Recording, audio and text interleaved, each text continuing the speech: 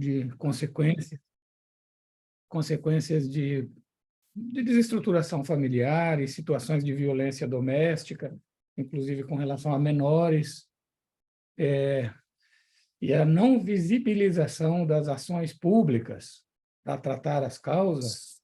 Não digo que elas não existam, eu digo que a não visibilização delas causa uma crise na esperança, causa uma crise no horizonte das pessoas. A impressão, então, de que não tem solução, de que é um cenário sem solução. E isso leva pessoas a buscar, às vezes, soluções que são desesperadoras, ou então a não buscar soluções, a se entregar para alguma forma de imediatismo, de violência, imediatismo de consumo de entorpecentes, para uma perda de sentido, né? Não só individual, pessoal, mas coletivo. Gera crise de esperança, gera modelos de sociedade extremamente agressivas e com um consumo da distração de uma maneira destrutiva, né? Não do entretenimento positivo, que gera laços, que gera vínculos, que traz qualidade de vida, mas uma forma de distração que às vezes é cruel, que às vezes... Enfim, não quero esticar demais, mas eu fico contente em ouvir que coisas estruturais vão sendo feitas.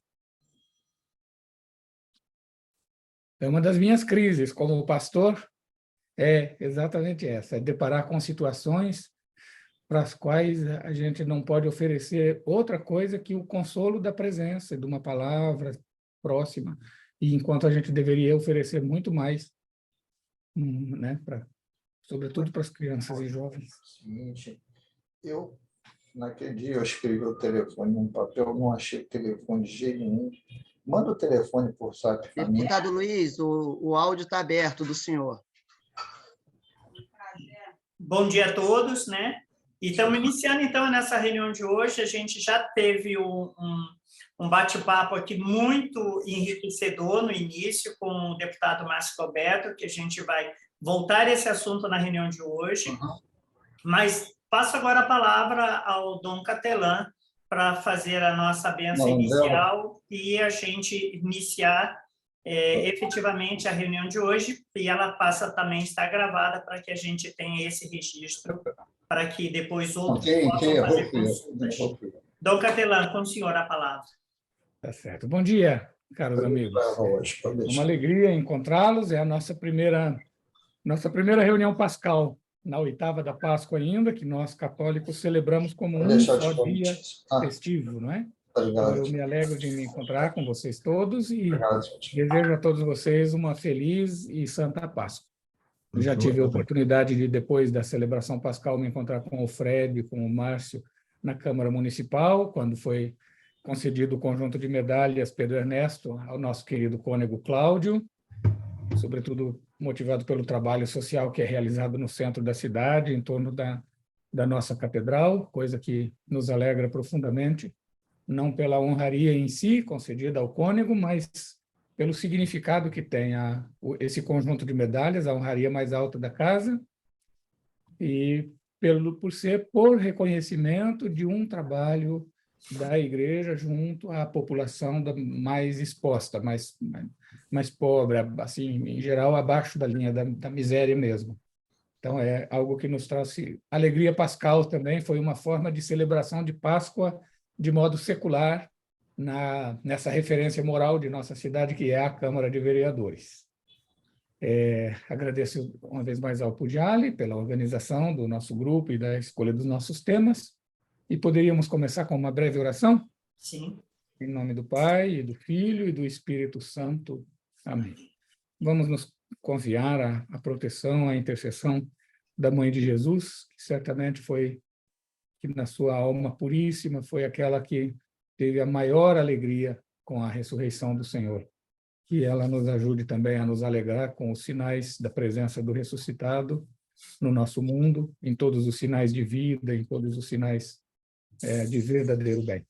Ave Maria, cheia de graça, o Senhor é convosco, bendita sois vós entre as mulheres, e bendito é o fruto do vosso ventre, Jesus. Santa Maria, Mãe de Deus, rogai por nós, pecadores, agora e na hora de nossa morte. Amém. Em nome do Pai, do Filho e do Espírito Santo. Amém. Uma boa reunião. Bem, hoje a gente tem, sempre a gente tem um tema importante, né, para a gente tratar, e hoje eu pedi ao professor Geraldo que fizessem para a gente uma breve reflexão para introduzir os nossos temas, porque hoje a gente tem uma diversidade de assuntos importantes para a gente tratar. Sem dúvida nenhuma, a frente parlamentar é encabeçada pelo deputado Márcio Galberto na defesa da família, a frente parlamentar encabeçada pelo deputado Fred Pacheco, a questão das comunidades terapêuticas, que eu acho que vale a pena a gente acentuar isso, e também o nosso deputado Luiz Paulo, ele tem feito uma defesa muito importante nas questões financeira do Estado, né, que é do ICMS e tudo mais, essas questões todas que perpassam pela vida da nossa cidade. E também temos o nosso vereador Márcio Santos, que acaba de dar uma medalha, não ao cônego Cláudio especificamente, ele o representa, como o próprio Dom Catelan disse, mas o trabalho social que é feito no centro da cidade com a população de rua, que são coisas que vale a pena ter esse destaque hoje. Mas também a gente tem um tema que está incomodando muito a sociedade e as famílias, que são a falta de segurança ou a não atenção às escolas em relação ao que vem acontecendo. E a gente falava no início, deputado Luiz Paulo, que nós aqui já lembramos isso lá atrás, quando aconteceu em Realengo, o senhor lembra disso? Quando aconteceu na Ilha do Governador, como o Márcio Roberto lembrou, e outros lugares que já aconteceram, ou seja, parece que o Brasil está se inspirando nos Estados Unidos em coisas que são negativas, que não são boas para nossas famílias. E eu acho que essa é uma reflexão que a gente deve estar fazendo, é um tema extremamente atual, é um tema de hoje, né? É um tema de preocupação hoje, quem tem filhos, né? Como o Fred tem uma jovem adolescente e tudo mais, sabe a preocupação que o Galberto, sem dúvida nenhuma, o Márcio, ele tem vários filhos, então ele sabe também a preocupação que isso deve ter para ele, né? Então, que essas questões todas. Então, professor Geraldo, eu queria que o senhor fizesse só uma introdução para a gente, baseado nesse contexto que a gente falou, né? Famílias, comunidades terapêuticas, as questões do Estado, o investimento do Estado, a preocupação com a população de rua, ou seja, como é que a gente encaixa tudo isso dentro desse contexto que é a proposta da nossa pastoral, que é refletir sobre os problemas sociais, sobre os problemas atuais, dentro da luz da doutrina social da Igreja. Ô, Pugliese. Sim. É só para dar aqui um aviso, a deputada Marta Rocha, ela não vai poder estar presente no dia de hoje, o que é uma raridade. Sim, sim. A raridade. Ela está recebendo a ministra, né? Ela pede para comunicar que ontem somente ficou definida a data da audiência pública do Plano Estadual de Educação e será dia 17 agora, segunda-feira. Então, ela pede para fazer essa comunicação. Ah, que bom! Vocês já botaram aí, tá? Tá, agradeço muito. Eu me lembro que o ano passado, no começo do ano, quando os bispos do Rio de Janeiro me pediram para acompanhar, em nome deles, a pastoral da educação no regional, que é muito importante para o regional essa pastoral, a primeira coisa que me disseram, foi Dom Nelson que me disse, foi que nosso estado era uma das últimas, possivelmente a última unidade da federação, a única que não tinha ainda aprovado esse plano. E aí eu trouxe aqui na reunião, acho que meu primeiro assunto que eu trouxe para essa reunião foi isso. Então, fico feliz de ver os desdobramentos que vão tendo, porque é um serviço que podemos prestar à sociedade de grande valor acompanhar isso, né? E a deputada Marta Rocha, hoje recebendo a ministra da Saúde, ela colocou esse tema debaixo dos braços e está andando na LERJ com isso o tempo todo, defendendo e buscando soluções, e cobrando essa audiência pública junto com o deputado Luiz Paulo, o deputado Fred também e o Márcio Roberto estão muito preocupados com isso, eu tenho certeza. E isso é um desdobramento, sem dúvida nenhuma, Dom Capelã, desse acompanhamento que o senhor trouxe para a gente no início das reuniões em que o senhor passou a fazer parte da coordenação da pastoral. Professor Geraldo. Pois não, bom dia a todos e todas, e a sua bênção, Dom Capelã.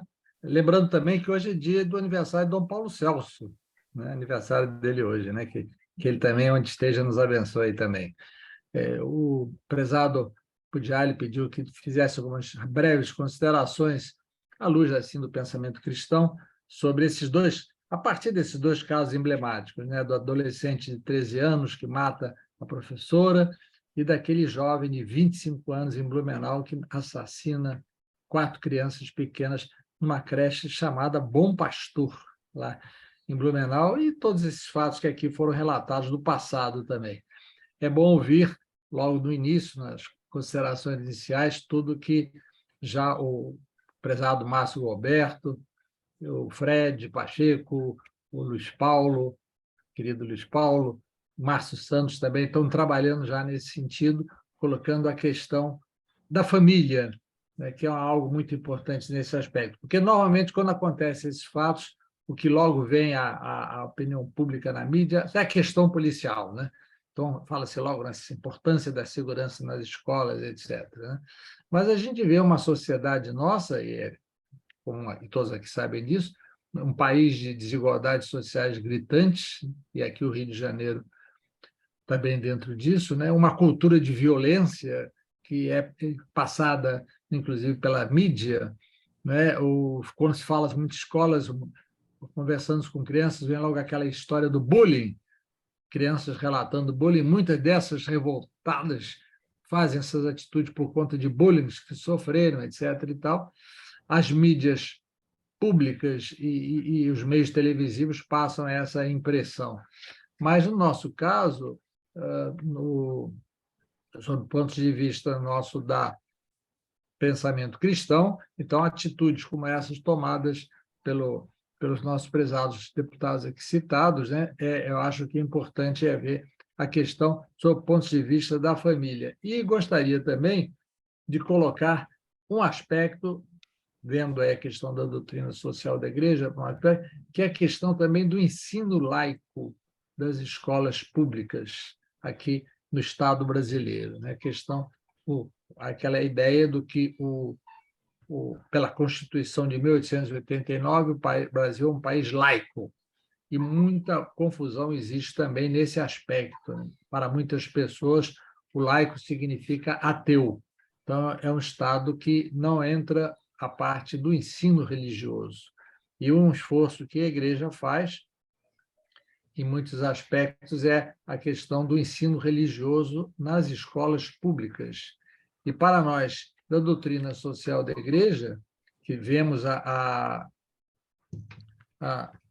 realidade não no sentido apenas de um pietismo religioso, mas que é a própria um cristianismo encarnado, como que foi o que Jesus nos trouxe, vemos que esse ensino religioso pode trazer uma contribuição muito positiva também nas escolas públicas, não só nas escolas ditas religiosas, porque nesse ensino religioso vemos certamente, e aí estamos falando pelo lado da doutrina social da Igreja e da Igreja Católica, a pessoa humana como um ser inabalável, um ser digno de direitos humanos incontestáveis, criado à imagem e semelhança de Deus. Então, isso é o que o ensino religioso nos ensina e ensina às crianças, uma outra visão. E, é claro, outras religiões também, cristãs não católicas e também, talvez nem cristãs, também passam essa ideia do respeito à dignidade do ser humano. Acho que seria importante que esse ensino religioso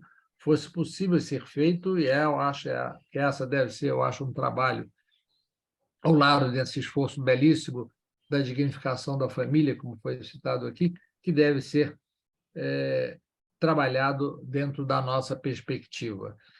a laicidade do ensino não pode ser entendida como um materialismo ateu, mas sim uma liberdade religiosa. Quer dizer, o Estado é laico, sim, é laico na medida em que nele não existe uma religião oficial, existe a liberdade religiosa das pessoas escolherem as suas opções religiosas, não é? Ou mesmo não terem sua opção religiosa. Eu acho que deve ser, então, um esforço que a gente deve trabalhar no sentido da defesa desse ensino religioso nas escolas públicas, com a opção, evidentemente, daqueles que não têm religião, de não terem a obrigatoriedade de fazê-lo, mas que seja dado pelo Estado a possibilidade das crianças que estão inscritas em escolas públicas terem ensino religioso nelas, na medida em que elas, talvez, por recursos, falta de recursos materiais, não possam frequentar escolas religiosas pagas, né? Então, se trata de uma liberdade religiosa que está bem dentro daquilo que, de fato, quer dizer um Estado laico, né? Um Estado laico, não um Estado ateu. E, é claro, sabendo que o ensino religioso católico, e, evidentemente, outras denominações também o farão, será, evidentemente, aquele que vai educar as crianças para a liberdade, claro, mas com responsabilidade, para que não ocorram fatos como esse que vimos aqui. Ok, Luiz Carlos? Posso dar uma palavrinha sobre isso? Luiz Carlos, você está com o microfone mudo. Quem? Eu estou? O Luiz Carlos. Luiz Carlos. Desculpa. Sim. Eu quero agradecer ao professor Geraldo, que sempre nos traz uma excelente reflexão. Eu acho que a gente tem percebido, nesses últimos tempos, que o respeito aos símbolos, a gente está perdendo muito isso, né? O respeito à cruz, estão sendo tirados esses elementos dos lugares públicos, das salas de aulas, das escolas e tudo mais, e isso tem sido um grande fator que ninguém pode... Me convence, ao contrário, de que o desrespeito aos símbolos, a começar o símbolo mesmo, os símbolos nacionais, a bandeira, essas questões todas que as pessoas hoje em dia não valorizam, como eram valorizadas em tempos passados, e que isso tem sido uma causa muito grave para a gente, né? O professor falou muito claro sobre esse laicismo, né? Essa falta, até porque hoje em dia é uma falta de liberdade religiosa, porque toda criança, toda pessoa, ela traz da sua casa, da sua origem, uma história religiosa. Ela não cai de paraquedas na escola dizendo, não sou nada e quero que vocês me ajudem a ser alguma coisa. Não, muito pelo contrário. Todos eles trazem uma história, até mesmo uma história de ateísmo, se for o caso, mas é uma história que eles trazem de casa. Então, que isso também é uma questão que a gente precisa ver, e esses pontos são muito importantes. E eu destaco esses pontos justamente pelas questões que a gente está encontrando hoje. Graças a Deus, os nossos parlamentares têm sido uma voz, né? Na Assembleia Legislativa, na Câmara dos Vereadores, em relação a isso, né? A primeira preocupação que eu trago aqui para a gente refletir hoje é a questão das pessoas que vivem nas ruas. E o vereador Márcio Santos pode falar para a gente justamente sobre essa questão, que até motivou a ele a homenagear o cônego Cláudio com a medalha PDNS, a maior honraria, né, da cidade do Rio de Janeiro, em relação a essas questões, porque é necessário ter um olhar social neste momento. Não é possível que a gente fique tranquilos, não é possível que a gente fique relaxados, que a gente olhe essas questões com indiferença. Vereador, o senhor pode falar um pouco para nós? Ô, Fugaz, o Dom Catalã tinha pedido a palavra. Desculpa, Dom Catalã. Era um pequeno complemento. Está na minha frente. Era um complemento de natureza prática. Esse ano nós tivemos o contrato de um grupo expressivo de professores de ensino religioso, já concursados e que aguardavam, o que ampliou significativamente a possibilidade da oferta.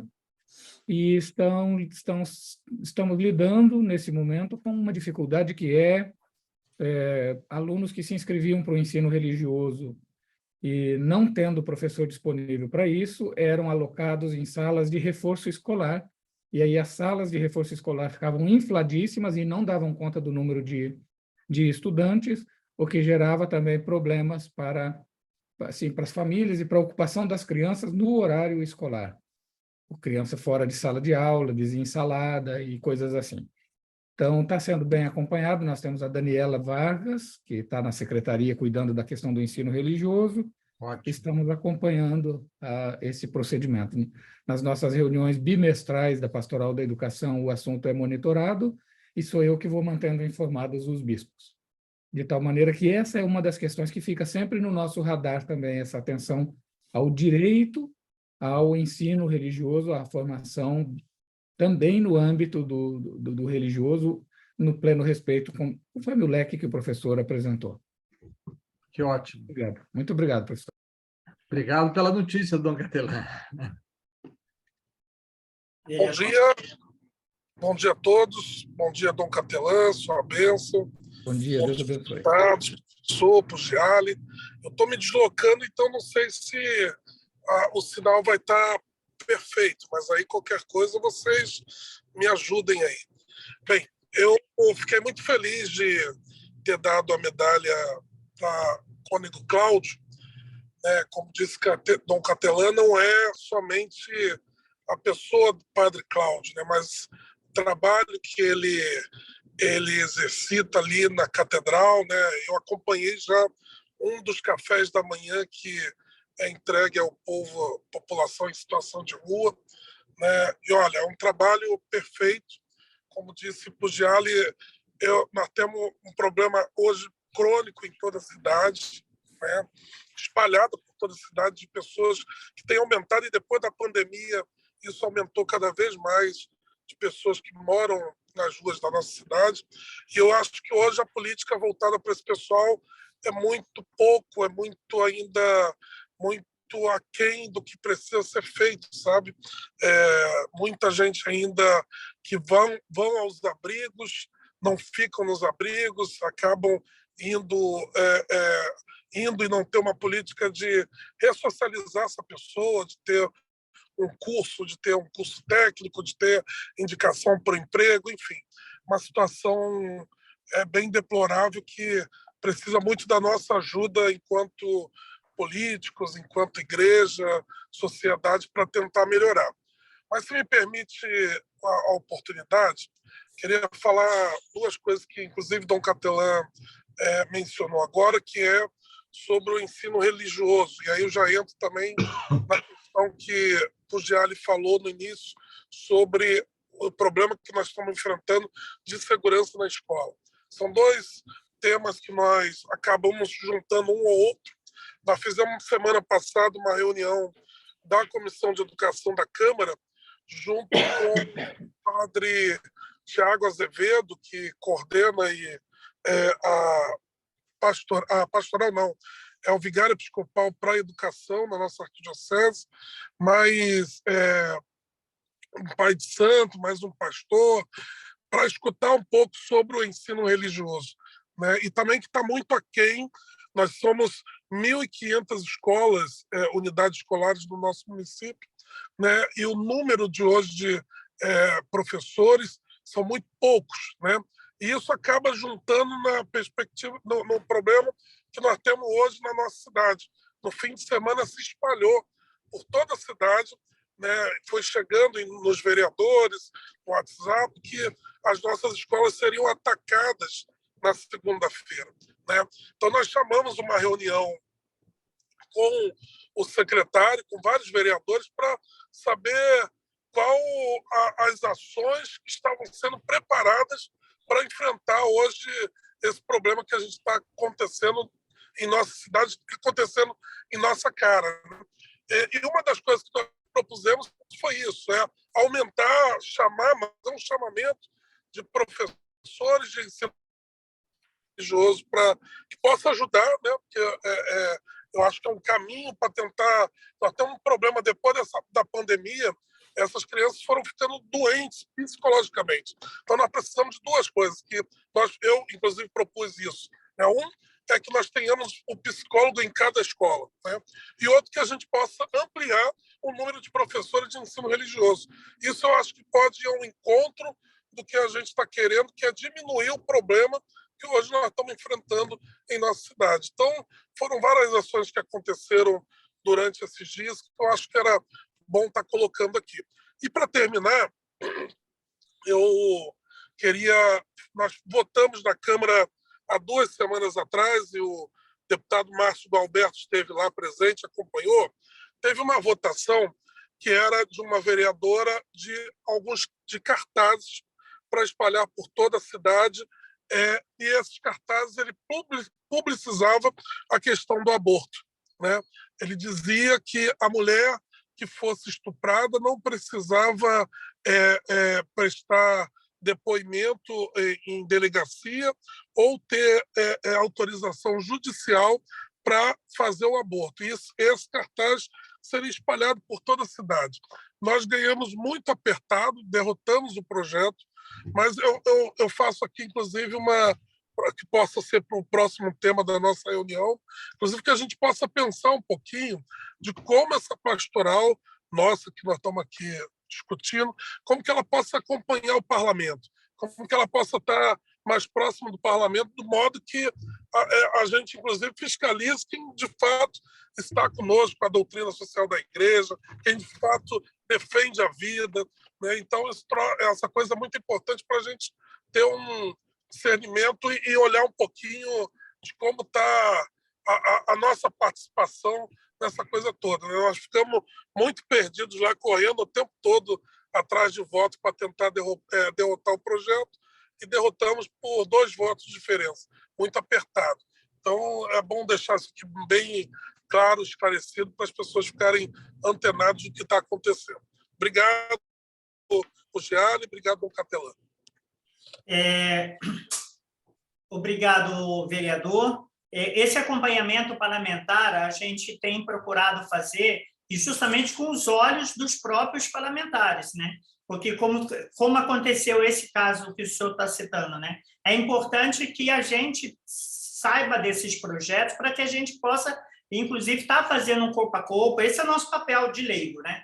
De estar aí, de atuar e fazer. Fizemos isso em outras atividades, temos feito isso em algumas ações, né? Como tem sido, por exemplo, o ensino religioso nas escolas, né? Eu resgato aqui esse documento, que eu acho que algumas pessoas já têm conhecimento desse livro, que é o acordo, né, da Brasil-Santa Sé, que foi assinada até por esse que é o atual presidente da República e o Papa Bento XVI. E nesse acordo, né, Brasil-Santa Sé, nós temos o artigo número 11, que fala especificamente sobre o ensino religioso no Brasil, valorizando, inclusive, que o Brasil tem exatamente a questão de uma identidade religiosa, né? Esse acordo, ele diz assim: a República Federativa do Brasil, em observância ao direito da liberdade religiosa, da diversidade cultural e da pluralidade confessional do país, deve respeitar a importância do ensino religioso em vista da formação integral. Então, isso aqui é uma questão que... E aqui tem também como está o andamento em cada estado e tudo mais. Eu recomendo uma leitura, para quem não tiver, eu faço chegar a pessoa esse livro, porque isso esse Acordo Brasil-Santa Sé, que está disponível, inclusive, também nos sites, né? É fácil de se entender a importância que temos, como o vereador nos falou, né, o Márcio, a importância que temos de respeitar a questão do ensino religioso nas escolas e que se faça um trabalho efetivo em relação a isso. Sem dúvida nenhuma, é necessário um trabalho efetivo sobre isso. Eu queria passar a palavra para o deputado Márcio Galberto, que também pediu a palavra, e eu acho que o senhor, com isso, deputado, eu acho que dentro desse composto da fala do senhor, o senhor pode fazer um breve resumo também para nós sobre a questão dessa frente parlamentar, que nós havíamos comentado no início, mas o senhor, agora com a participação de todos, o senhor possa dar uma palavrinha aí sobre isso, de modo que todos possam estar se integrando, inclusive sobre a proposta do senhor de uma nova secretaria no Estado. Carlos, estou me escrevendo também. Obrigado. Deputado Luiz, eu acho que, como o senhor ainda não falou, acho que o senhor poderia falar agora, caso o Pugliale não se oponha e o Dom Catelan também não, porque eu já falei. Tá bem, tá ótimo. Luiz Carlos, eu vou fugir um pouco do tema que você me propôs, porque quase uma vez por semana eu tenho feito no expediente inicial um discurso constante. Eu aprendi, quando estudei catecismo, Dom Catelan, que um cristão jamais deveria perder o otimismo, porque Deus veio para que a gente se desenvolvesse, pregando a paz, pregando o amor, etc. Mas nós estamos vivendo um momento na nossa sociedade muito, muito difícil. E cada um está pegando uma ponta desses problemas. Porque eu intitulo que a gente está vivendo uma sociedade do espetáculo do medo. Se a gente começar a nível internacional, a Rússia invadiu a Ucrânia já fez um ano, e a gente assiste na televisão, ou nos canais da internet, ou nas formas todas de comunicação, aquela destruição, aqueles milhares de mortes, como fosse absolutamente natural. A gente vive com constante do medo de uma guerra nuclear entre Estados Unidos e Rússia, principalmente, mas Estados Unidos e China e vice-versa. Isso é constante, esse medo. A Coreia acaba de divulgar, um grande evento, que ela tem um drone capaz de lançar uma ogiva no fundo do mar para gerar tsunami radioativo. Os diversos mandatários de diversos países pregam, de diversos países, políticas de ódio. No nosso parlamento, e vou especificamente na LERJ, uma vez por semana, pelo menos, a gente tem confrontos não de ideias, odiosos. Ontem mesmo teve esse espetáculo. O Márcio não assistiu porque ele não estava lá no momento, já foi no expediente final. Isso é um aspecto. E isso se reproduz no conjunto da sociedade de uma forma virulenta. As pessoas deixaram de ter pontos de vista antagônicos para se tornarem inimigos. Então, esse é o primeiro aspecto. E eu tenho grande receio que essa situação já seja irreversível, tal a escala que isso está acontecendo. Lembrando que nós somos hoje 8 bilhões de pessoas no planeta. Associado a isso, nos países ditos de terceiro mundo, como o Brasil, o drama social é imenso. O drama social é imenso. Bom, o que fazer diante disso? E aí entrou agora de uma forma virulenta, destrutiva, horripilante, a questão da violência nas nossas escolas. Eu, assistindo uma reunião aqui, Pugliale, você há de lembrar, no ano passado, então, o cardeal convidou aqui o secretário de Educação do município, Ferreirinha, para falar sobre pedagogias e, principalmente, Covid e as escolas. E, nesse debate, a gente chegou à conclusão que precisavam um caminho das crianças, corpo docente e o corpo discente, ter um apoio psicossocioemocional. Isso foi concluído aqui no grupo. Eu e a deputada Marta Rocha fomos para o parlamento, fizemos um projeto de lei nesse sentido, aprovamos, está sancionado, mas efetivamente nada aconteceu. E não é como agora o Ministério Público está intimando o Estado ter um psicólogo em escola, porque não há como você botar um psicólogo em cada escola. Tem técnicas hoje de psicossocioemocional que é o trabalho coletivo, comunitário, e aí envolve também a própria família, etc., etc. Porque no cerne dessa questão, o Geraldo aqui colocou bem no início. Tem um jovem que acaba matando porque sofreu bullying. Mas ninguém nesse processo foi capaz de detectar esse risco e propor alguma terapêutica para solucionar essa questão. E esse jovem, ele é alimentado por uma rede subterrânea, né, pela Deep Web, né, que incita cada vez mais aos atos de violência. Então, eu estou profundamente preocupado com esse tema, porque, senão, a gente vai querer tentar resolver um problema desse tamanho através de questões pontuais. As questões pontuais são importantes, mas precisa ver isso também de uma forma mais estruturada. Porque aí você falou do ICMS. Como é que vai ter orçamento público para botar um psicólogo em cada escola, um policial armado em cada escola? Imagine o volume de escolas estaduais e municipais.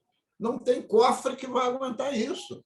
Então, tem que ser um trabalho mais inteligente, que passa também, vocês têm absoluta razão, passa pela questão familiar, que é o cerne de toda a sociedade, mas eu acho que esse problema é muito sério. E o que estourou nas escolas é reflexo desse grave problema que a gente está vivendo. E você falou, Pugliese, que os símbolos foram desprezados, né? Os símbolos religiosos, a cruz, a Bíblia, enfim, é verdade. Mas todos os símbolos outros de respeito, de consideração, né, de ver o outro como ser humano, também esse conjunto de regras sociais e religiosas também deixaram de existir. Né? Porque, a partir do exemplo dos líderes, e não estou falando aqui só do Brasil, não, dos líderes mundiais. Está lá o caso do Trump nos Estados Unidos, etc., está lá Israel, enfim. Então, é um momento difícil que a gente está atravessando e que precisa de uma reflexão muito profunda para a gente encontrar caminhos que não só mitigue, mas que também possa fazer com que a nossa sociedade avance no sentido, né, da dignidade, do respeito, etc.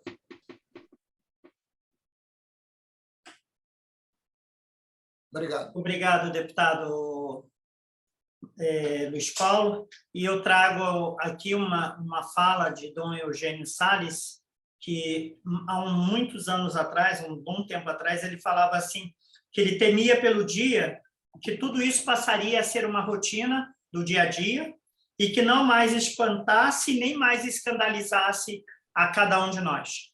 Então, ele escreveu isso num dos artigos que ele escreveu, que toda semana ele escrevia para o jornal o Globo.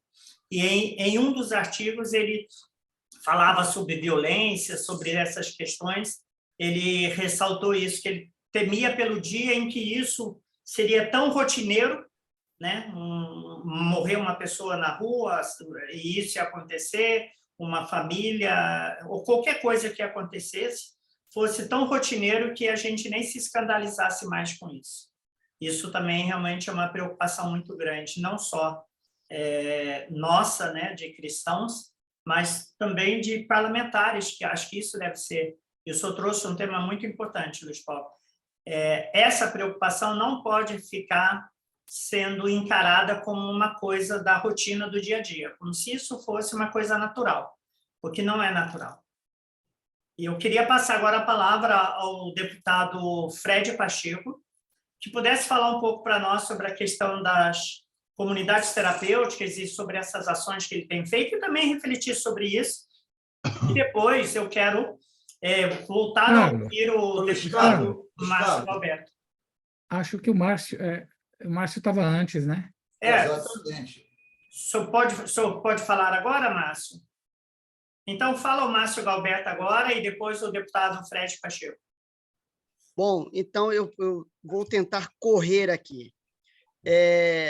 Voltando um pouco ao que o Márcio Santos falou sobre a votação lá, que espalharia cartazes por toda a cidade falando sobre o aborto, eu, como muitos aqui sabem, sou inspetor da Polícia Civil há 20 anos. E aproximadamente por 8 anos, eu trabalhei em DEANs, Delegacias Especializadas no Atendimento à Mulher, e pude prender, além de agressores, estupradores e pedófilos. Ora, é de suma importância para que esses criminosos não fiquem impunes que haja o registro na delegacia. E o que se está tentando fazer, não só no Rio de Janeiro, município, mas em muitas partes do Brasil, é que existe uma corrente que deseja que a mulher, para fazer o estupro, para fazer o aborto na rede pública, apenas alegue que foi estuprada no hospital e isso bastará, não sendo obrigatório, e eles entendem que não é nem mesmo necessário que ela faça o registro na delegacia. Qualquer pessoa de bom senso vai perceber que isso não assiste razão, que isso não é lógico. Por quê? Porque se não há o registro, não há investigação, não há responsabilização, não há condenação e não há punição para esse crime bárbaro. Então, o discurso, o debate na Câmara, ele teria que ter se concentrado neste fator que eu entendo ser fundamental também. Mas, mesmo esse debate não tendo sido feito ali, né, pode ter sido feito nos bastidores, e eu também preciso ser justo, mas, de qualquer maneira, o projeto, por apenas 2 votos, não foi para frente. Então, gostaria de fazer essa colocação, porque muitos aqui não tiveram a oportunidade, né, de conhecer todo este cenário que envolveu esta votação, como muito bem falou o vereador Márcio Santos, e parabéns para todos os vereadores que se posicionaram contrariamente a esta iniciativa, àquele projeto de lei. Bem, quanto à frente parlamentar para o fortalecimento dos vínculos familiares, ela é uma iniciativa que tem a intenção de formular, de ajudar o Estado na formulação de políticas públicas consistentes, qualificadas, fundamentadas, para a fomentação dos laços, dos vínculos familiares aqui no nosso Estado. E, a partir disso, eu fui além. Junto com a deputada federal Cristo Nieto, nós entregamos um ofício ao governo do Estado, além de termos feito uma indicação pedindo que, com uma estrutura simples, mas operante, que possa operar, que fosse criada, que fosse vista a possibilidade e viabilidade da criação de uma Secretaria Estadual da Família nos moldes da Secretaria Nacional da Família que existia no governo federal e que até hoje está recebendo diversos prêmios internacionais por causa das políticas.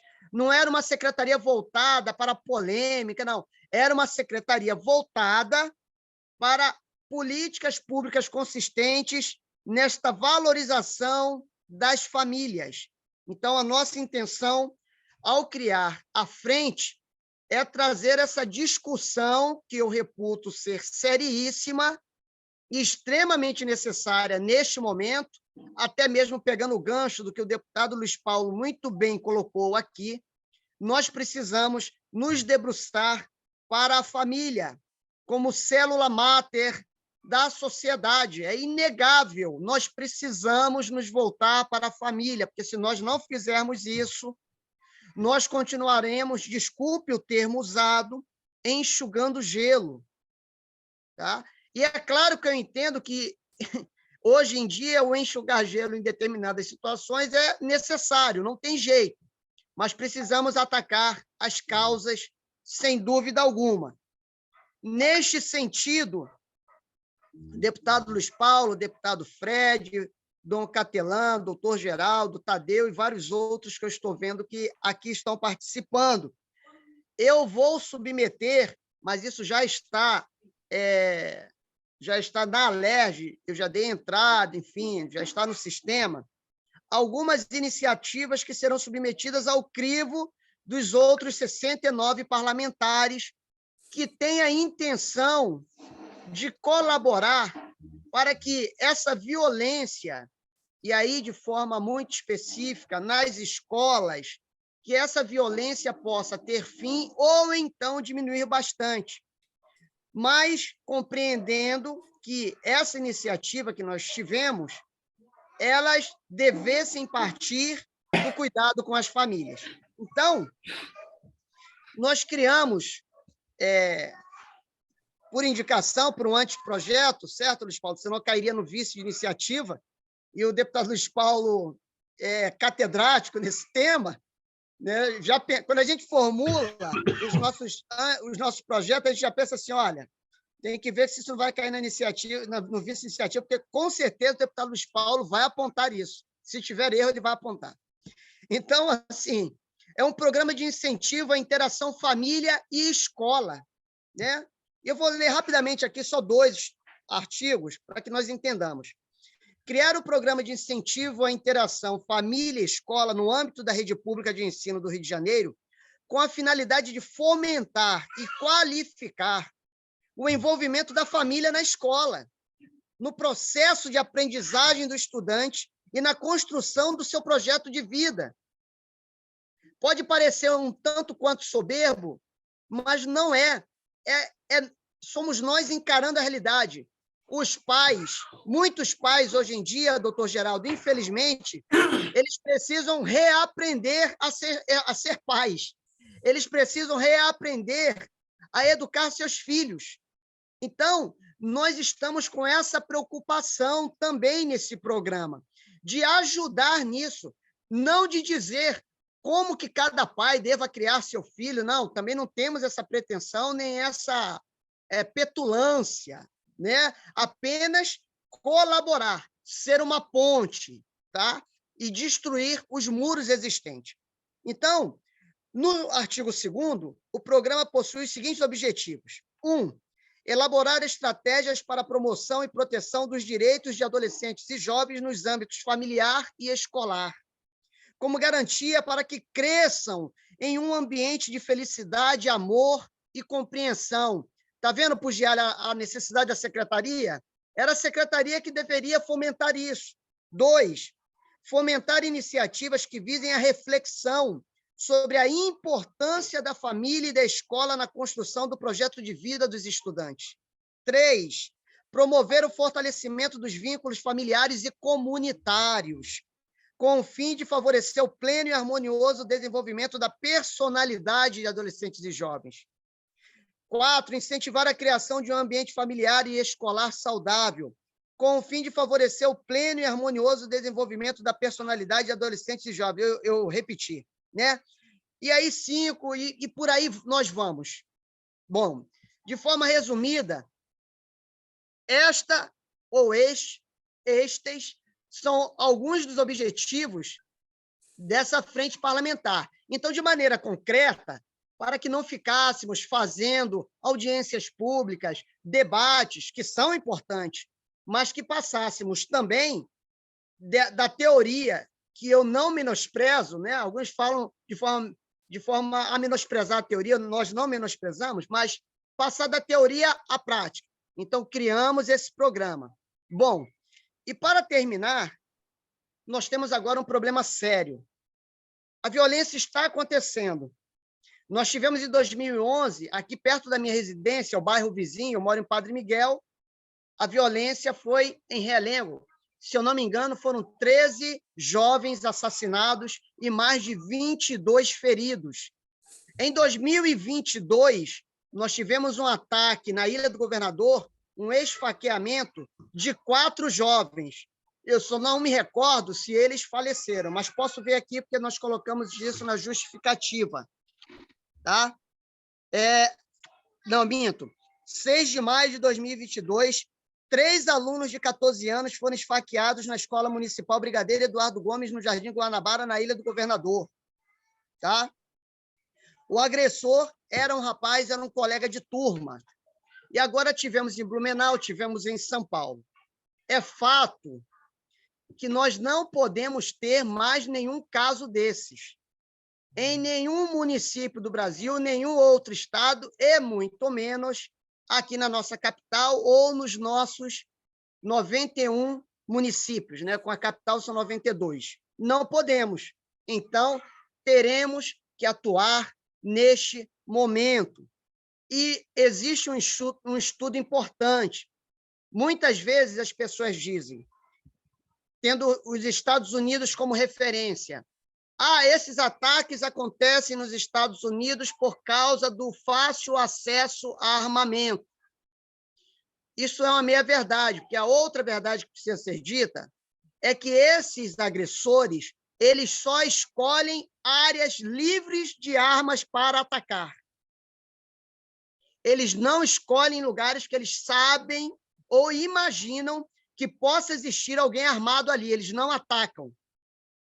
É um dado empírico importante para o debate e que é ou desconhecido ou omitido. Então, este é um ponto que nós precisamos refletir. Segundo, diante deste quadro, eu apresentei para o comitê que foi criado pelo governo do Estado, que estou participando, eu apresentei um programa que tem aproximadamente 22 artigos, para que, é um anteprojeto também, será submetido ao crivo da Alerj, mas para que o governo do Estado, ou ele rechace, ou ele aproveite alguma coisa e o melhore, ou ele o desenvolva, o execute integralmente. E algumas coisas que estão nesse programa que foi criado, e que também foi criado a partir de estudos internacionais e com algumas adaptações à realidade brasileira, eu, por exemplo, e aí eu posso falar isso aqui publicamente, posso falar aqui para vocês, mas publicamente talvez não seja muito adequado, nós temos uma realidade de violência no Rio de Janeiro. A minha preocupação, a minha particular, tá? De colocar um policial armado dentro de uma escola é a seguinte, além de outros fatores, mas talvez seja o principal. Muitas escolas ficam próximas de comunidade. Digamos que aconteça uma operação policial nesta comunidade. Haja criminosos mortos. Nessa escola, muito provavelmente estudam parentes desses criminosos, estudam, enfim. Pode ser que eles queiram retalhar esse policial que estará lá de forma fixa e vulnerável. E aconteceu um tiroteio dentro da escola.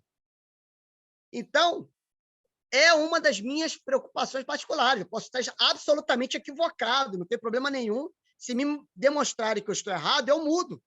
Eu não quero viver na ignorância. Mas eu tenho essa reflexão e gostaria de ouvir outras pessoas sobre isso. Bom, o que eu sugeri é que pudessem haver, no mesmo modelo do segurança presente, de contratação de civis, reservistas das Forças Armadas, enfim, pessoas muito, muito bem qualificadas e treinadas que pudessem portar armas não letais. Armas não letais. Então, nós não temos soluções simples, são todas elas complexas. Mas nós, repito, não podemos permitir que crianças continuem sendo esfaqueadas, sendo vitimadas dentro da escola. Isso não impede que haja todo um trabalho de conscientização. Veja, já falei da questão da interação família-escola, né? Outros municípios, já tomei conhecimento hoje em Chapecó, e nós também colocamos no programa Chapecó, o prefeito vai colocar portas giratórias no modelo de banco em todas as escolas e está sendo aplaudido por toda a sociedade de Chapecó, por pais, professores e diretores.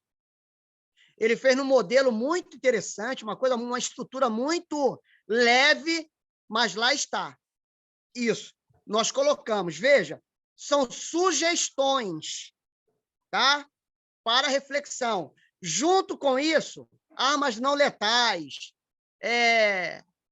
portas, né, com detectores de metais, circuito de monitoramento, com uma base ao batalhão da área, com acesso dessas imagens, com uma central de monitoramento no batalhão da área, essas imagens disponibilizadas, mas também com um setor de monitoramento dentro da própria escola.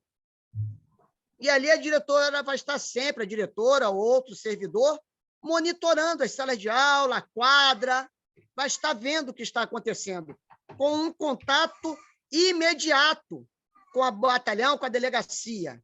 Combinado com isso, ronda da Polícia Militar e da Guarda Municipal, ronda, passando pelas escolas públicas, particulares da região, creches, mas nessa ronda eu entendo que é menos problemático do que o policial fixo dentro da escola, porque as rondas são feitas por 3 policiais, 2 muito bem armados, está fora da escola, não ficam tão vulneráveis, porque eles estão sempre circulando, entende? E isso, essa ronda também com a ronda da guarda. Então, assim, e tem outras medidas aqui dentro. Isso, no meu entendimento, baseado em estudos, se não acabar, inibiria bastante, porque, vejam, para concluir, pessoas que têm uma mente criminosa, nós ouvimos muito dizer que elas não têm nada a perder. Isso é mentira. Se elas não tivessem nada a perder, não viriam armadas, né? E elas sempre escolhem para atacar as pessoas que estão mais vulneráveis. Por exemplo, se o criminoso souber que numa casa o dono possui uma arma e que o vizinho não possui, é óbvio que ele vai atacar o vizinho.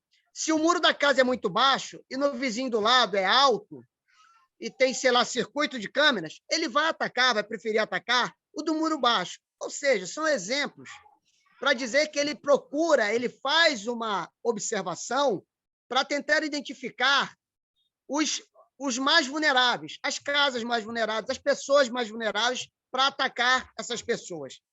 E aí está também a escolha de crianças e jovens, porque no entendimento dele, ainda quando é um outro jovem que ataca, essas são vulneráveis como ele, não vão estar armadas. É por isso que ele vai atacar também. Tá? E que fique aqui. Eu concordo, essas informações, elas não podem ser divulgadas assim, porque são como a questão do suicídio, elas causam gatilho, tá? Elas precisam ter um bom senso. Mas lá na reunião foi dito para nós, eu posso falar para os senhores que confio que essas informações ficaram aqui, está acontecendo um fenômeno que pais estão incentivando que seus filhos levem faca para se defenderem de algum ataque de outro colega. Então, vejam, sabe, a situação é delicada. E, por isso, concluo terminando como comecei. É necessário nos voltarmos para as famílias, treinar os pais, para que os pais saibam educar seus filhos, observar os seus filhos se estão com algum gesto, com algumas atitudes que demandem uma ajuda especializada, alguma coisa do tipo. E o fator religioso, ele é essencial para ajudar a sociedade nesse momento. Nós precisamos, sim, de uma educação religiosa sendo levada muito a sério também por nossos governantes. Então, termino aqui, foi um resumo. Eu posso mandar esses anteprojetos para os senhores também, por PDF, ou posso mandar para o Pugliali, que deve ter o telefone de todo mundo, e o Pugliali distribui para correções, acréscimos ou rejeições totais. Tá bom? Muito obrigado. Obrigado, deputado Márcio Alberto, e eu espero, se o senhor puder realmente mandar, para a gente poder, então, encaminhar, o Dom Catelan também dar uma olhada e a gente poder também ter um pouco mais de proximidade, como diz o próprio vereador Márcio Santos, para que a gente tenha esse acompanhamento parlamentar mais de perto.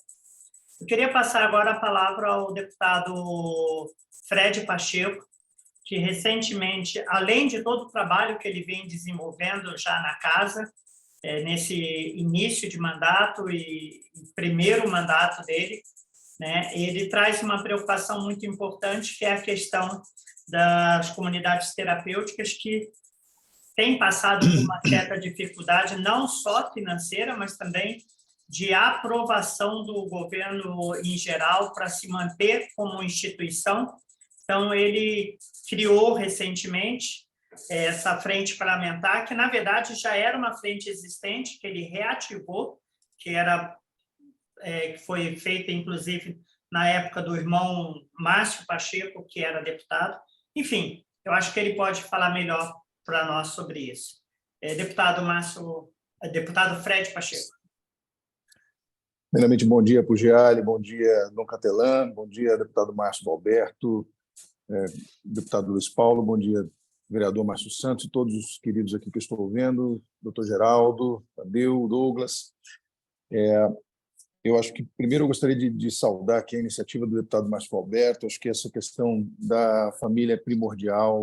Eu ratifico esta necessidade de termos a essência da família como algo que vai, de fato, ser a célula potencial da sociedade. E a gente sabe ali, não somente a célula da sociedade, é a nossa pequena igreja, né? A igreja, ela nasce numa família, a igreja, essa nasce nesse contexto caridoso da igreja, ela é formada inicialmente por essa pequena comunidade. Então, ali, já fazendo uma alusão à necessidade também de lutarmos pela questão do ensino religioso, e eu acho que o doutor Geraldo falou de maneira muito clara que o Estado laico ele não é um Estado ateu, e nós precisamos lutar também para garantir que este ensino religioso também seja uma opção. E aí é importante isso, né? Seja uma opção para aqueles que querem, de fato, viver a fé. E não somente a fé católica, mas também a pluralidade da fé. Nós precisamos falar daquilo que acreditamos, precisamos falar daquilo que entendemos como verdade, mas também há de se entender que as pessoas têm a possibilidade de optar por outras correntes. Então, acho que a linha primordial desse diálogo ele precisa ser a partir do contexto da moral, né? Da moral, da civilidade, da dignidade, da plenitude.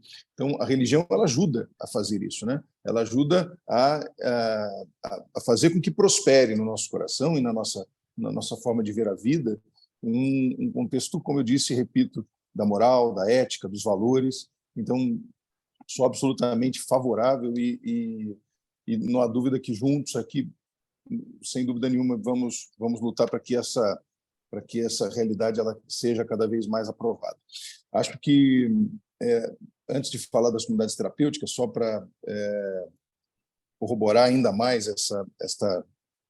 a fala do deputado Márcio Alberto e essa preocupação que nós temos como pais, como professores, como cidadãos, que está acontecendo é, de fato, uma grande aberração. O deputado Luiz Paulo disse de maneira muito clara, a gente não pode se acostumar com algo insano como isso, né? Onde as pessoas estão falando como se fosse estão normalizando as situações na medida em que o tempo passa. A guerra da Ucrânia, o estupro, o feminicídio e agora o assassinato de crianças sendo esfaqueadas nas escolas. Quer dizer, a gente não pode entender isso como normal e há de se fazer algo com muita urgência. Não é um tema fácil, como disse o Márcio Galberto, é um tema extremamente difícil, é um tema que precisa trabalhar em 4 mãos. Ninguém é dono ninguém tem fórmula mágica, ninguém...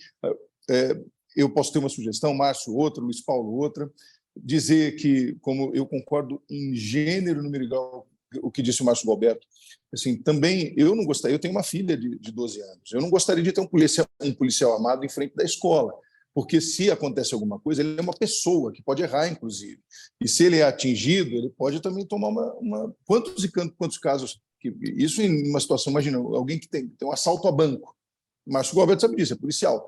Se o sujeito, o segurança, ele dá um tiro, ele pode pegar alguém que está ali no caixa do banco. Isso acontece, inúmeras vezes, inúmeros casos em situações assim. Então, mas também eu acho que a gente tem que tratar isso de maneira rápida, ou seja, a gente tem que ter um processo corretivo e não há dúvida nenhuma que a correção ela se faz hoje com repressão rápida. Então, se a gente não tiver repressão, de fato, o criminoso ele vai procurar o vulnerável. Então, a gente tem que saber dosar. Não é simples, mas tem que ter uma ação de curto prazo, de imediata ação, que é o processo corretivo, que se faz pela repressão, e tem que ter um processo que daí é de médio e longo prazo, que é o preventivo, que é o educacional. Então, veja, é um círculo conjunto, mas não dá para deixar passar a oportunidade de falar no assunto e de trazer, de fato, à tona uma urgência sobre a questão.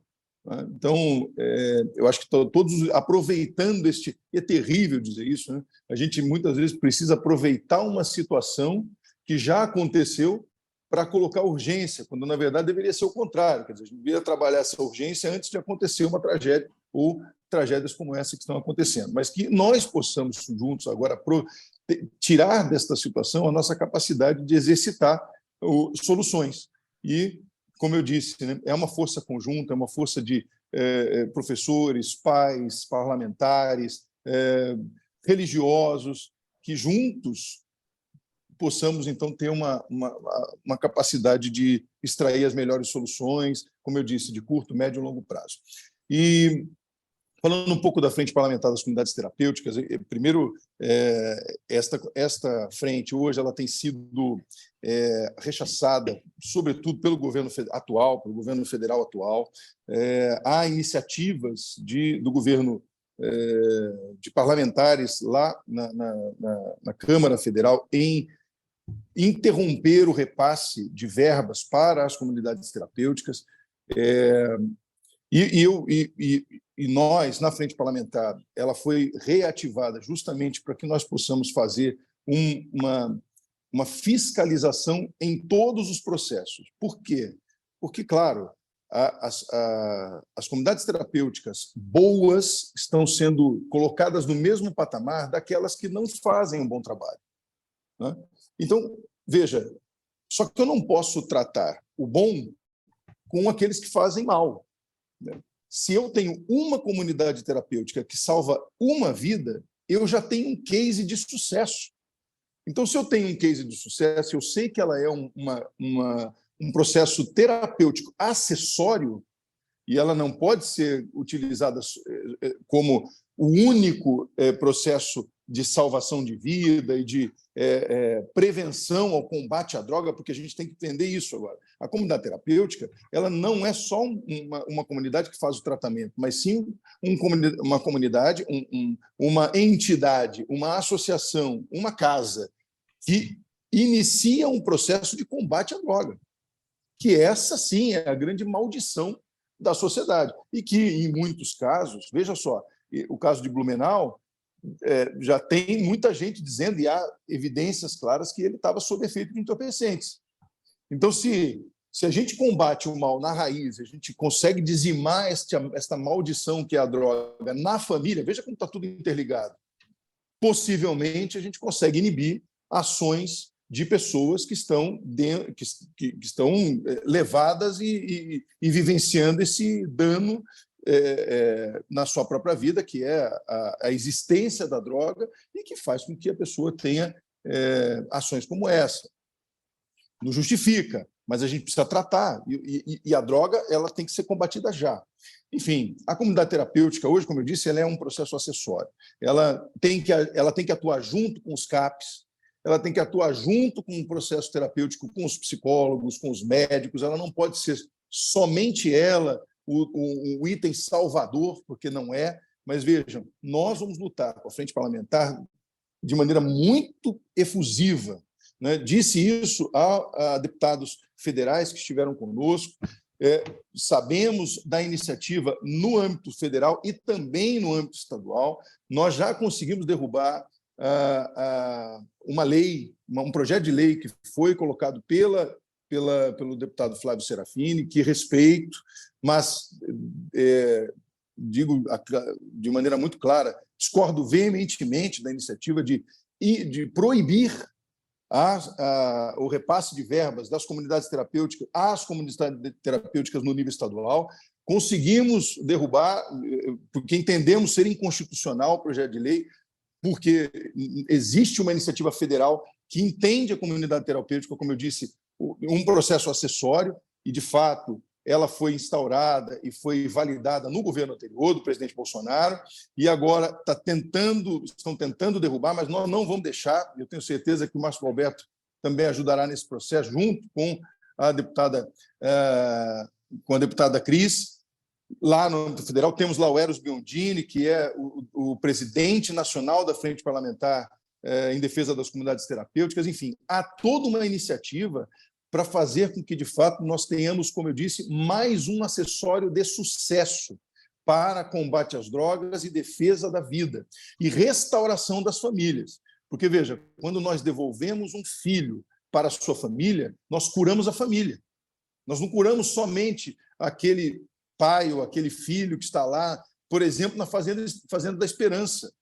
A Fazenda da Esperança, que é um case, repito, de absoluto sucesso no Brasil, de combate efetivo à drogadição. E não só da droga, mas efetivamente da bebida alcoólica também. Quantos e quantos recuperados? Quantos e quantos são hoje ressuscitados, porque entraram ali como verdadeiros mortos-vivos, e hoje saem de um processo de morte para a vida. Evidentemente, a grande discussão, né, da extrema esquerda é dizer que o contexto religioso, o processo terapêutico, ele é utilizado como uma bandeira religiosa. Não, há estudos científicos que deixam muito claro que o fato da pessoa ter um contato com o sagrado ajuda no combate e na prevenção, ajuda no processo de recuperação.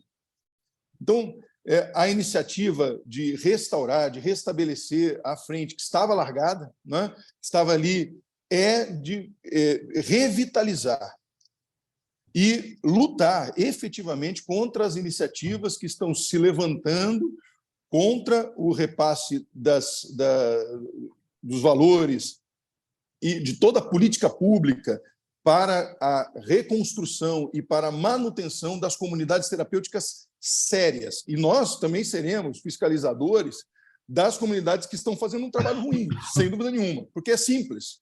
Se nós temos comunidades terapêuticas que falham, então nós temos que fechá-las.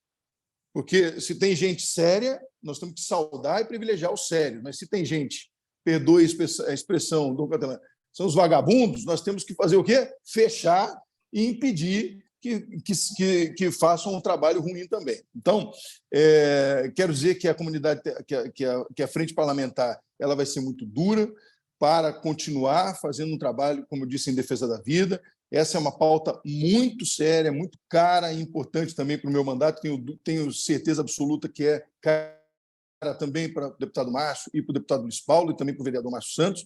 Por quê? Porque restaura a família, porque defende a vida, porque faz com que a sociedade ela possa agir em plenitude e equilibrada, né? Então, é por isso que nós fizemos todo esse movimento e vamos continuar fazendo para fiscalizar e para ampliar as políticas públicas que possam, de fato, ajudar a salvar as vidas, e entendemos, como eu disse, que as comunidades terapêuticas elas são um mecanismo, um instrumento eficaz, e há provas e estudos disso.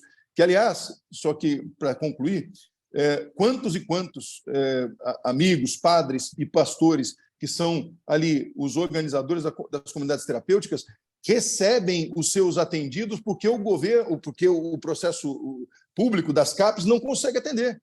Então, veja, nós precisamos incentivar, melhorar aqueles que fazem bem e fiscalizar e ajudar a restaurar aqueles que fazem de maneira ruim. Então, nossa luta será por essa causa, será por esta reconstrução e, sem dúvida nenhuma, vamos fazer com que as comunidades terapêuticas sejam e continuem sendo, de fato, um instrumento eficaz de salvação das famílias e de restauração das vidas. Muito obrigado. Obrigado, deputado Fred Pacheco. Aí, cada vez eu vejo mais, Dom Capelã, a importância de ter logo uma Secretaria da Família, porque essa secretaria pode abraçar muitos trabalhos que são de defesas dessa linha. Por exemplo, as comunidades terapêuticas é um chapéu excelente para estar debaixo de uma secretaria que cuida da família, porque hoje em dia a gente vê o jovem, né?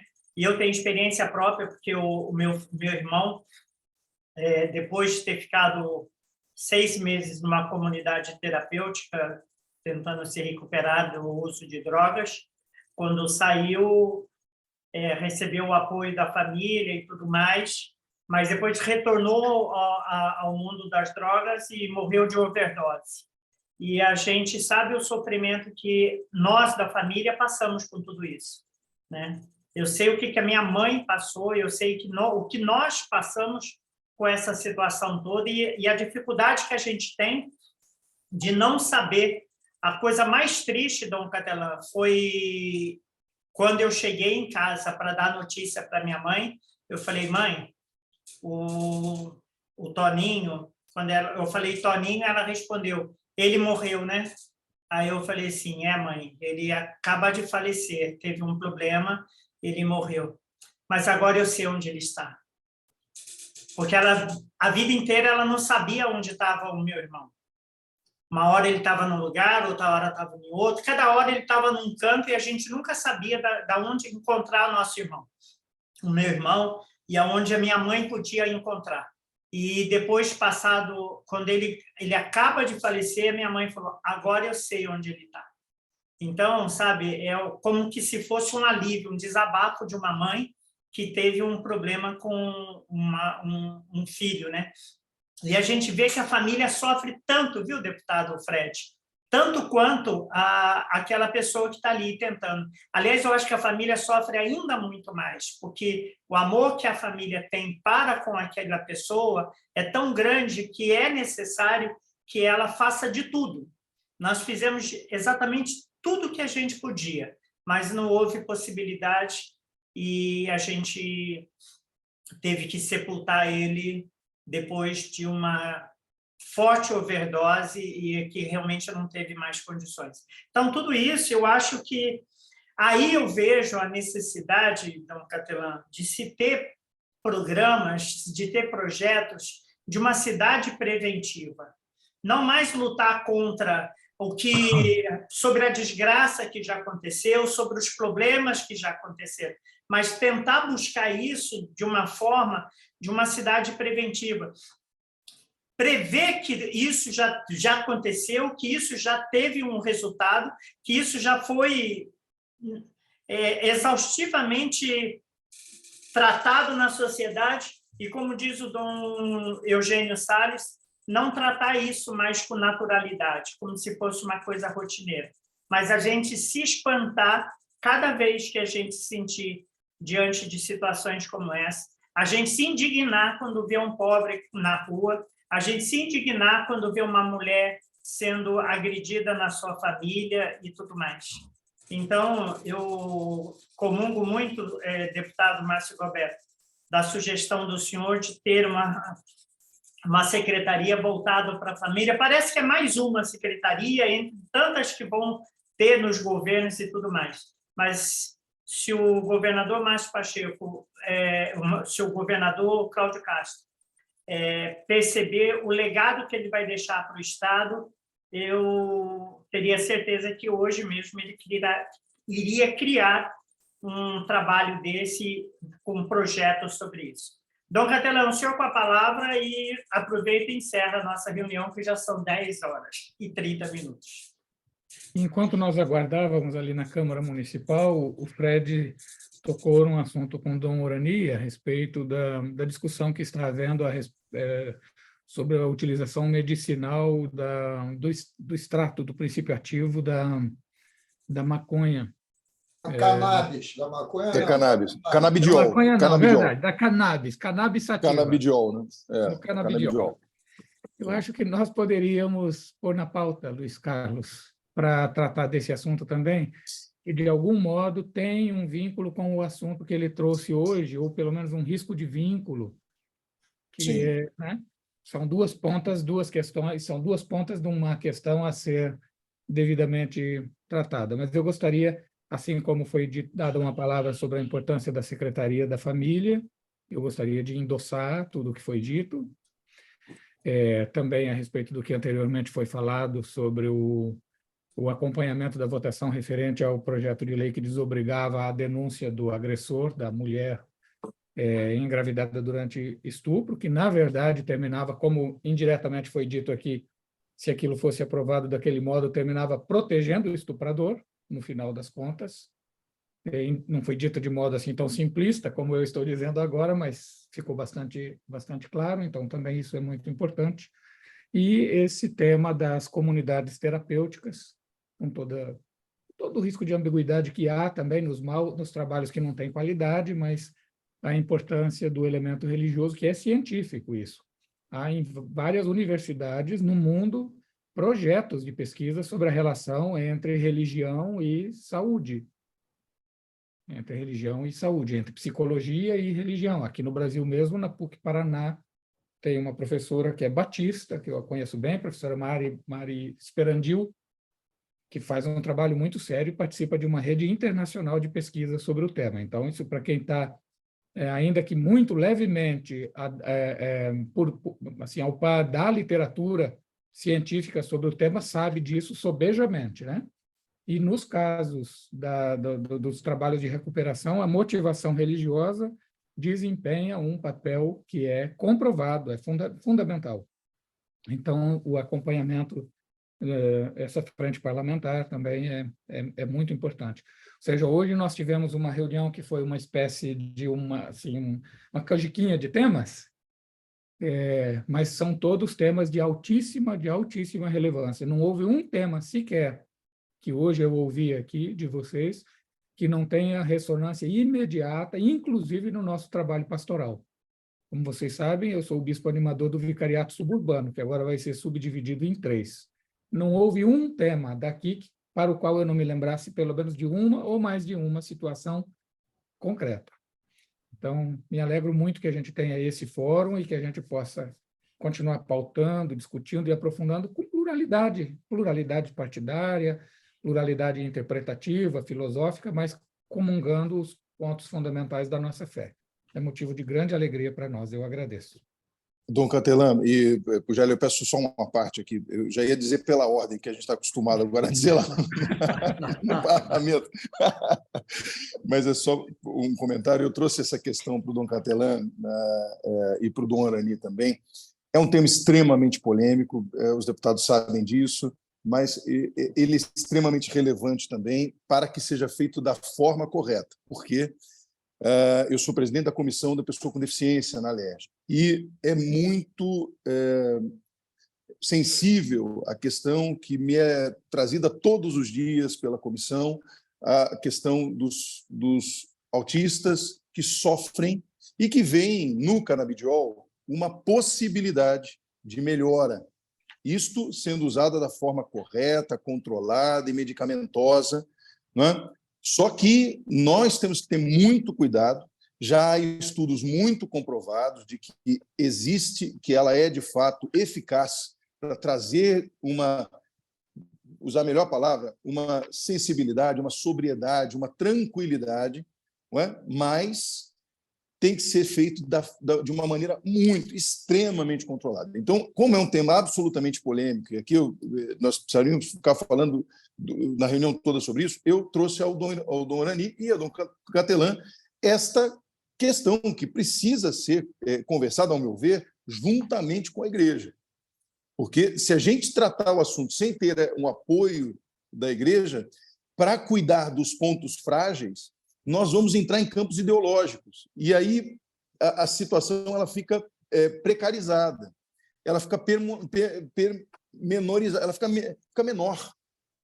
Porque a gente vai tratar, não, mas vai usar a maconha, não tem nada, uma coisa não tem nada a ver com a outra. A gente precisa entender, trazer o assunto à luz com especialistas sérios e tomar a melhor medida, desde que ela seja feita de forma controlada. Então, eu trouxe à luz. Vamos falar do assunto e tive uma aula com o Dom Orani nesse assunto, com o Dom Catelan, porque nós vamos começar a debruçar sobre esta realidade, que é uma realidade já colocada em outros estados, mas que no Rio de Janeiro ainda não é absolutamente...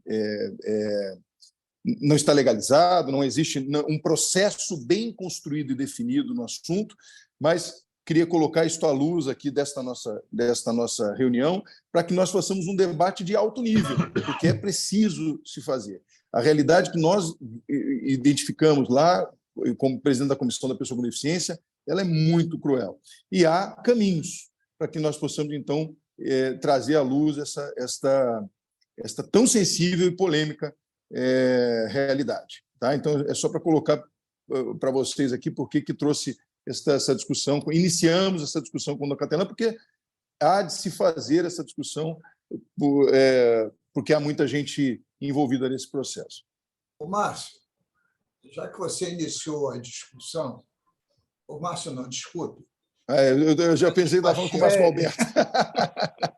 Não, o Fred Pacheco é irmão do governador, porque o Pugliese, num ato falho, disse que o Márcio Pacheco é o governador. Logo, o Fred é o irmão do governador.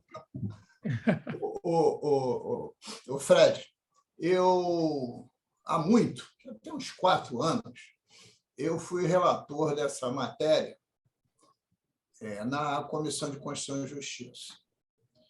E tive que, uns 4 anos atrás, a ler muito sobre o assunto, ao ponto que hoje nós já temos chegados, né, com a ANS reconhecendo o extrato do canabidiol como remédio, né, principalmente, mas não só, para diminuir as crises epiléticas, que são receitados com prescrição médica, né, e que devem ser devidamente acompanhados, função que ainda existe um caráter experimental.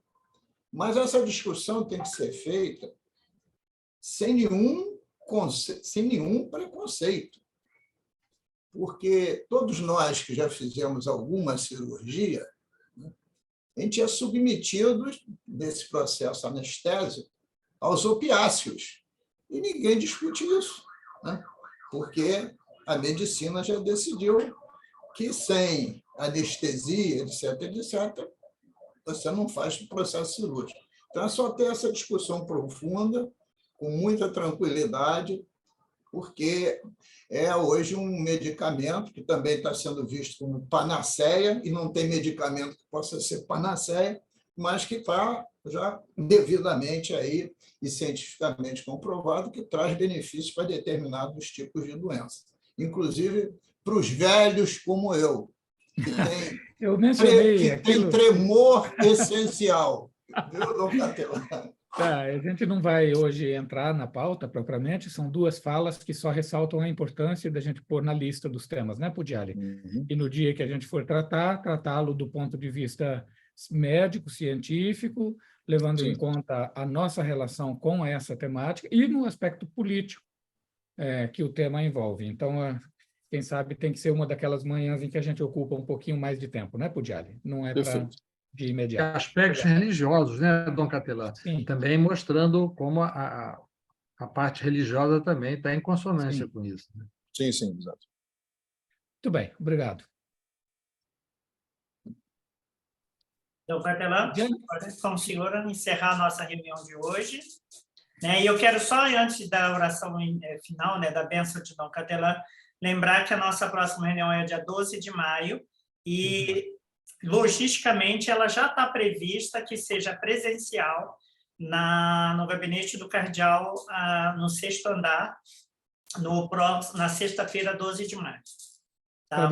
Pugliali, eu acho que nós temos um problema com isso, porque a agenda do cardeal para esse dia já é quando você marcou a data, já estava, e acho que a Carolina, não sei se ela mandou adequadamente nos canais corretos, mas ela me notificou que tem problema com essa data. E a gente realizar no gabinete do cardeal uma atividade aqui assim, dessa magnitude, sem a presença do cardeal, pode passar uma mensagem indireta e incorreta de pouca importância, né? Sim, sim. Então, aqui nós vamos precisar dar uma revisada. Fala com a Carolina sobre isso, por favor. Tá bem, tá. Se não for lá no 6º andar, a gente vai organizar com o padre Cláudio no 2º andar.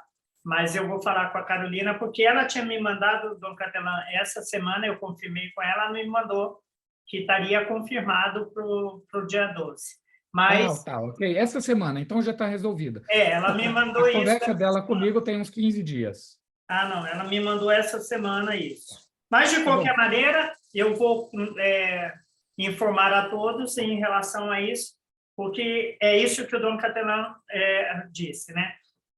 A reunião no 6º andar, no gabinete do cardeal, impreterivelmente com a presença dele na sala, na reunião, que é no gabinete dele.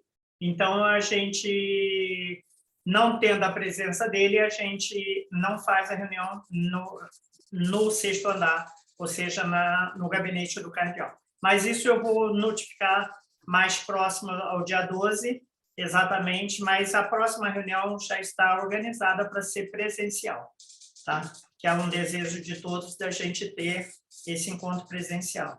Também quero lembrar que está previsto para o dia 3 de maio a missa na Alerj, como a missa de Páscoa dos políticos católicos da Alerj e servidores da Alerj. No dia, já tem acontecido toda semana essa missa, todas as quintas-feiras, meio-dia, mas no dia 3, que não é uma quinta-feira, se não me engano é uma quarta-feira, está previsto que a missa seja na Alerj, com a presença de um dos nossos bispos, ou até mesmo cardeal, para presidir essa missa, que é a Páscoa dos políticos católicos lá. O cardeal confirmou, viu, Pugliali? Está na agenda do cardeal. A questão toda é que, se surgir algum imprevisto, né, a gente sempre nunca confirma 100%, porque sim, às vezes vai que Roma chama ele, né? Então, não, é lógico. Previsão. Então, qual é o horário, por favor? Meio-dia e 15. Meio-dia e 15. A missa é meio-dia e 15. 3 de maio, meio-dia e 15. Provavelmente. No 21º andar da Alerj, Dom Capelã. Dom Capelã. No auditório. Se Dona Ani não for, é o senhor que preside para nós. Seria uma bênção para nós. 3 de maio, meio-dia e 15. Tá? Então, é isso. E agora... Se Dom Capelã não for, o Fred Pacheco celebra. Não posso, eu posso tocar na missa, está tudo certo, já está combinado. Contem com o meu violão. E o deputado Márcio Alberto prega. Vamos todos. Eu não vou estar presente, vou estar em Brasília. Infelizmente, não posso. Se o deputado Márcio Alberto pregar, eu vou abrir a divergência. Dom Capelã, a benção. Muito bem. Muito obrigado Pugliali, pela organização da reunião, a vocês todos, Márcio, Fred, Luiz Paulo, professor Geraldo, Tadeu, Douglas, pela participação. Que Deus os abençoe em sua vida, em sua família e na missão que exercem também na política. Deus eterno e todo-poderoso, que no sacramento pascal restaurastes vossa aliança, reconciliando convosco a humanidade, concedei-nos realizar em nossa vida o mistério que celebramos na fé. Por Cristo, Senhor nosso. Amém. Abençoe-vos, Deus Todo-Poderoso, Pai, Filho e Espírito Santo. Amém. Muito obrigado. Até mais. Feliz Páscoa. Feliz Páscoa. Até mais aí, bom dia. Feliz Páscoa. Um abraço. Obrigado a todos.